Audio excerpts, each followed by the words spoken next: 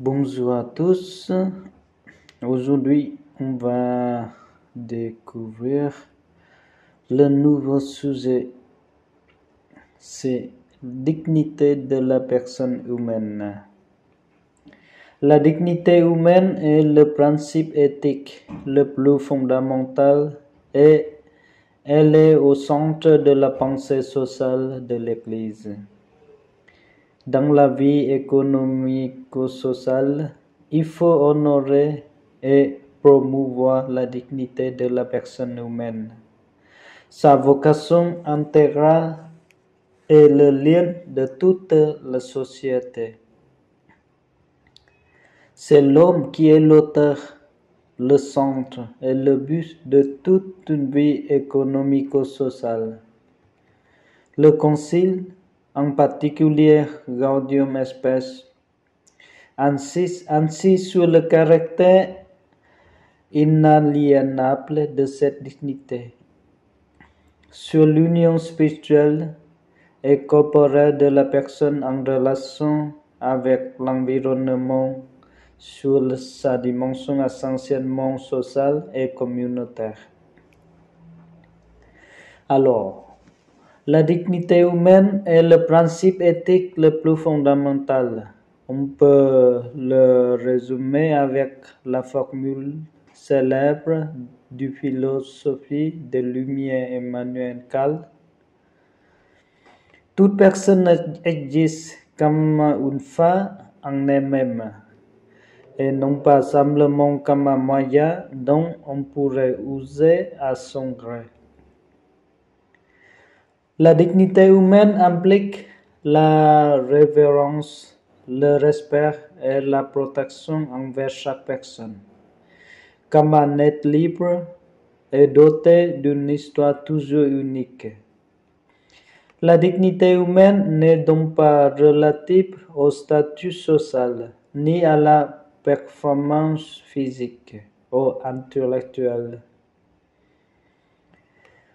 Une personne ne perd jamais sa dignité, même la maladie la plus grave ou la condition la plus servile ne peut rendre un être humain indigne. La dignité humaine est fondée sur la valeur supérieure de l'être humain, doué de raison et donc de liberté. On appelle conscience ce souci proprement humain de bien agir et de pouvoir juger de la bonté ou de la rectitude de nos actions envers nous-mêmes et envers les autres. Être humain, ce n'est pas simplement être une intelligence, être une liberté ou seulement un corps. C'est être tout cela à la fois, individuel et indivisible. La dignité humaine suppose une vision intégrale de la personne. Alors, la dignité propre de l'homme. Reconnaître la dignité humaine, c'est reconnaître à l'être humain doué à raison et de conscience une place à part. L'être humain peut user sa raison pour penser, décider, choisir et agir. Il a conscience de ses actes par lesquels il engage sa liberté et sa responsabilité. Affirmer la dignité humaine confère à toute vie humaine une dimension morale. Tout projet d'éducation accorde nécessairement une attention prioritaire à ce qui aide à promouvoir la dignité et la croissance en humanité. La formation de la raison et la formation de la conscience. La dignité caractérise tout être humain et interdit par conséquent toute forme de discrimination. La société est appelée à prendre soin de la dignité de chacun, égale au-delà de toutes les contingences. Reconnaître un statut d'exception à l'être humain interdit de traiter l'homme comme une chose. Tout comportement conduisant au traitement indigne de l'être humain doit susciter l'indignation. Le questionnement qu'avec toujours aujourd'hui l'organisation de l'économie du travail, les conditions faites aux migrants, des pratiques de discrimination, de stigmatisation, le trafic persistant des humains, d'organes, la considération pour la dignité de tous les membres de la famille humaine appelle à la fraternité. Au nom de l'égale dignité, tout être humain doit respecter et assister à autrui. Et la société ne peut se construire que sur la participation de toute la vie commune et sur la solidarité.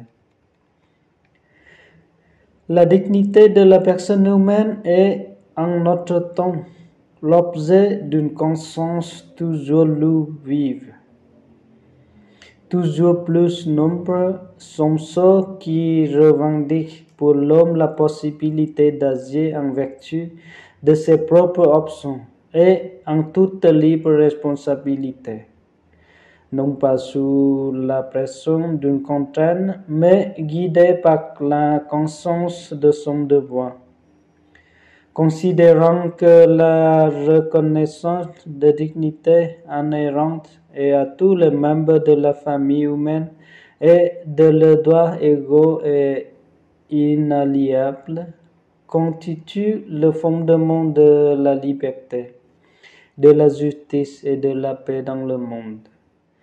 Tous les êtres humains naissent libres et égaux en dignité et en droit. Ils sont doués de raison et de conscience et doivent agir les uns vers les autres dans un esprit de fraternité. Ainsi, la dignité humaine est la clé de voûte de l'éthique générale et du droit. L'humanité est elle-même une dignité. En effet, l'homme ne peut être utilisé par aucun homme, ni par d'autres, ni par lui-même, simplement comme voisin, moi, mais doit toujours être traité comme fin. Éclairage chrétien. Donc, que donne l'homme pour que tu te souviennes de lui, ô le Fils de l'homme pour que tu te soucies de lui. Le psaume 8. Pour les chrétiens, la dignité humaine s'origine dans l'acte créateur de Dieu, qui dans la création met l'homme à part, le créé à son image, et par là même institue une exception humaine. Parce qu'il est à l'image de Dieu, l'individu humain a la dignité de personne. Il n'est pas seulement quelque chose, mais quelqu'un. L'Église affirme depuis toujours la dignité de la personne humaine et la constitution conciliaire sur l'Église dans le monde de ce temps lui consacre d'amples développements. Le Fils de Dieu qui se fait homme reçoit l'humanité de la personne humaine, conférant ainsi à chaque homme, quel qu'il soit, grandeur et dignité. Cette dignité inaliénable et doit être pour les chrétiens, défendue de la conception à la mort. La dignité de la personne humaine procède donc du don de Dieu. Elle n'est pas mesurable et dépasse les caractéristiques différenciées qui constituent l'identité unique des diverses personnes. La seule et première égalité entre les personnes est l'égalité de dignité. La dignité de la personne humaine pour l'Église s'exprime notamment dans l'intelligence et la conscience humaine. Participant à la lumière de l'intelligence divine, l'homme a raison de penser que, par sa propre intelligence, il dépasse l'univers des choses. Et la conscience est le centre le plus sacré de l'homme, le sanctuaire où il est seul avec Dieu et où sa voix se fait entendre. Et la conscience est nécessairement libre. La dignité de l'homme exige donc de lui, il s'agit selon un choix conscient et libre, mieux est déterminé par une conviction personnelle, et non sous le seul effet de poussée instinctive ou d'une contrainte extérieure. Mais la liberté même peut conduire à blesser la dignité de la personne humaine par le péché. La dignité est cependant irréversible, promise au salut par la mort et la résurrection du Christ. Le pardon restaure en toute personne humaine la dignité, l'image divine enterrée par le péché. La reconnaissance et la défense de la dignité de toute personne humaine doit être la préoccupation de chacun et de tous, par la charité et la fraternité. Que chacun considère son prochain sans aucune exception, comme un autre lui-même, tient comme avant tout de son existence, des moyens de lui sont nécessaires pour vivre dignement. La dignité inhérente à toute personne humaine est le fondement de la justice pour toute société, qui doit se garder de traiter l'homme comme un moyen. Une société juste ne peut être réalisée que dans le respect de la dignité transcendante de la personne humaine. Ceci représente la fin dernière de la société qui lui est ordonnée. La reconnaissance et le respect de la dignité de la personne humaine sont au centre de la pensée sociale de l'Église. Le Concile, en particulier Gaudium Spes, insiste sur le caractère inaliénable de cette dignité, sur l'union spirituelle et corporelle de la personne en relation avec l'environnement, sur sa dimension essentielle, sociale et communautaire. La personne humaine et la reconnaissance de sa dignité sont au centre de la pensée sociale, mais aussi de toute la pensée morale de l'Église. Au Concile Vatican II, la constitution pastorale sur l'Église dans le monde de ce temps, Gaudium Spes, développe une véritable charte du personnalisme chrétien. Le chapitre premier, intitulé « La dignité de la personne humaine », décrit longuement cette juste conception de la personne humaine, de sa valeur unique, qui, comme dit Jean Paul II dans Centesimus Annus, sert de trame et d'une certaine manière de guide de l'encyclique et à toute la doctrine sociale de l'Église. Ainsi, le Concile précise que croyants ou incroyants sont généralement d'accord sur ce point. Tout sur terre doit être ordonné à l'homme comme à son centre et à son sommet. La dignité de la personne est au fondement de toute vie sociale et en détermine les principes directeurs. Cette vision de la personne peut être accessible à tout homme et en même temps. Elle est le fruit de la raison éclairée par la foi et la révélation. Car le mystère de l'homme ne s'éclaire vraiment que dans le mystère du Verbe incarné. Le respect de la personne humaine dans son unicité et son caractère sacré est une valeur aujourd'hui commune partagée. Mais pour l'Église, cette reconnaissance est aussi appuyée sur plusieurs raisons théologiques. L'homme est créé à l'image de Dieu. Le Fils de Dieu, dans son incarnation, est devenu vrai homme et a honoré notre condition humaine. L'humanité et chaque homme a été racheté par la passion, la mort et la résurrection du Christ, qui ainsi nous ouvre le chemin de la divinisation. Notre vocation comporte une dimension transcendant la vie avec Dieu. Dernière, dignité inaliénable de la personne. Dans cette vision de l'homme, le Concile souligne en premier lieu que la personne humaine a une dignité inaliénable car toute personne est créée à l'image de Dieu. À travers le thème biblique et patristique de l'image de Dieu, l'Église affirme vigoureusement cette dignité et le caractère sacré de chaque personne humaine. Par le fait même d'être humaine, cette déclaration a plusieurs conséquences. Elle indique d'abord que le sang de l'homme ne se comprend vraiment dans sa relation à Dieu, origine et fin de toute vie.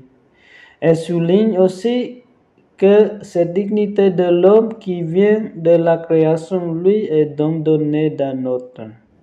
Par ailleurs, quel que soit l'état de la personne, la Bible affirme que l'image de Dieu est irréversible en elle.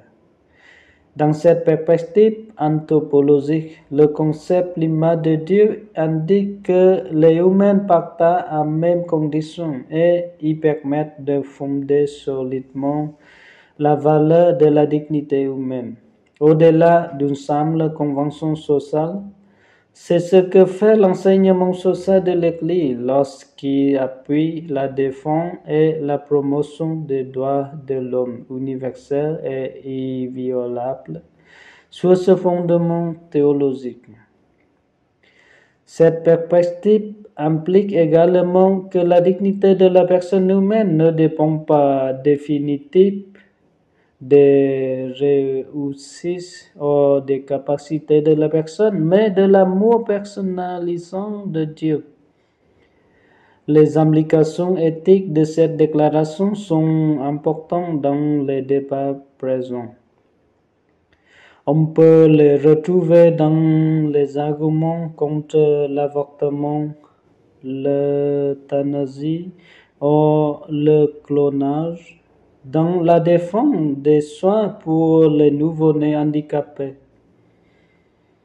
et dans la réflexion sur les questions de justice économique et sociale. Elle plaît pour une non-discrimination selon les origines ou les capacités, et pour un prix en commun et un respect de chacun, quelles que soient ses réussites, personnes handicapées, sans ressources, sans abri, etc. Par ailleurs, les implications anthropologiques de la foi s'étendent aussi à la notion d'égalité fondamentale de tous les êtres humains. L'incarnation où Dieu en Jésus-Christ égale son être à celui de l'être humain est un autre fondement pour l'égalité de tout être humain entre nous. Tous, d'une certaine manière, ont été rejoints par le Christ qui a partagé leurs conditions jusque dans la mort même. Par son incarnation, le Fils de Dieu s'est en quelque sorte uni lui-même à tout homme. Cette notion dessine un contre-programme général face à une conception naturaliste ou psychologique de la personne qui tend à rester des inégalités selon les aptitudes ou le déploiement des capacités. En Christ, tous les humains ont la même dignité, quel que soit leur état, leur talent, leur capacité. Une personne incarnée en relation avec l'environnement, c'est la dignité de la personne humaine. En certain ensemble de données anthropologiques mis en évidence par le Concile est la condition corporelle de l'homme et de la femme. La personne humaine est incarnée, corps et âme, mais vraiment âme. L'homme est, dans sa condition corporelle même, un résumé de l'univers des choses, qui trouve ainsi en lui le sommet et peut librement louer le Créateur. Il est donc interdit à l'homme de dédaigner la vie corporelle, parler de sujets incarnés ou d'unité humaine du corps et de l'âme signifie que notre corps n'est pas un pur accessoire ou un simple habitacle extérieur. Nos contemporains sont devenus sensibles à l'importance du corps, mais ils ne le traitent pas toujours avec respect.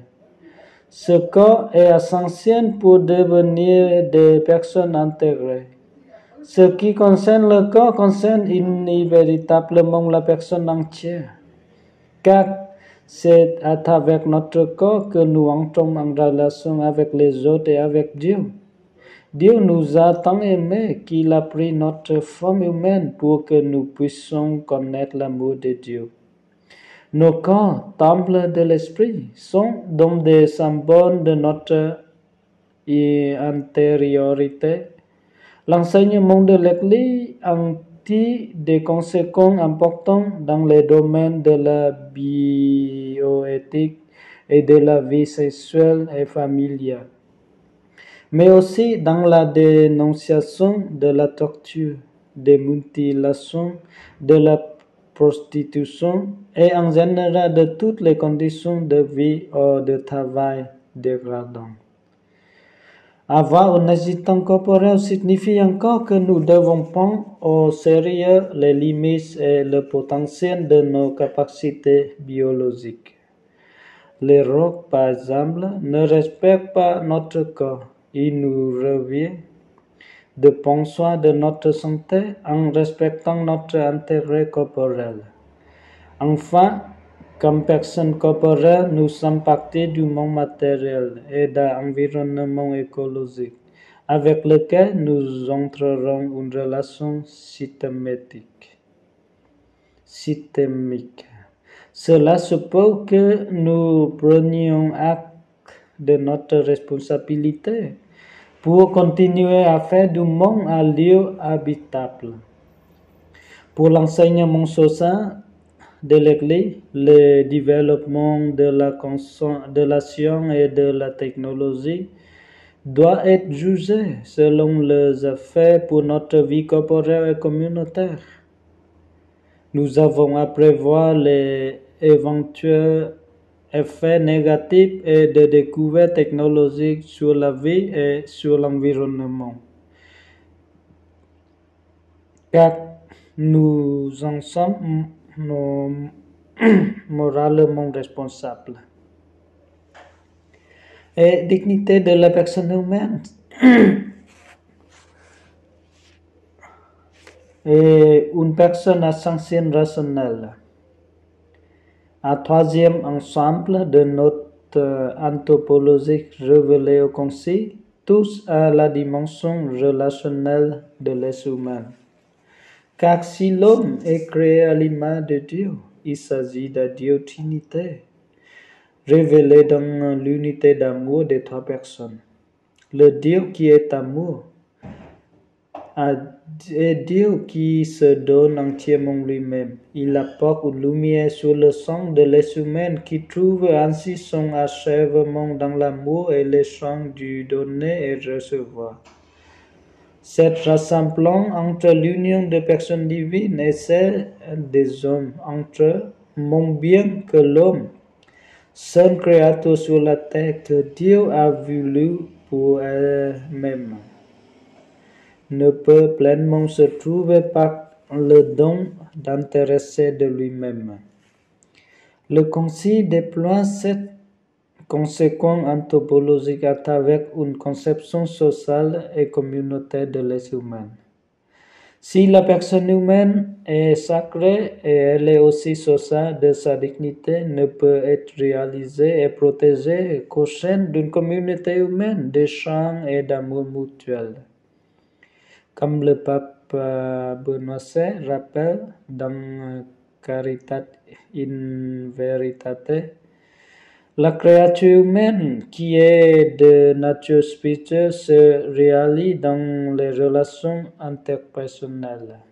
La vie sociale n'est donc pas pour l'homme quelque chose de surajouté. Aussi, c'est par l'échange avec autrui, par la réciprocité des services, par le dialogue, par ses frères, que l'homme grandit selon toutes ses capacités et peut répondre à sa vocation. Dans cette perspective, la manière dont nous organisons de la société dans les domaines de l'économie, de la politique ou du droit favorise, honore directement le respect et de la dignité de la personne et de la capacité des individus à grandir dans une communauté. La personne humaine qui, de par sa nature humaine, a absolument besoin d'une vie sociale et doit être le principe, le sujet et la fin de toutes les institutions. Une vision personnalisme authentique ne peut donc se fonder sur la seule personne prise isolément, ni se limiter à une définition de celle-ci par ses qualités intrinsèques, mais doit être rationnelle et appeler une éthique de la solidarité. Du jamais l'un sans l'autre.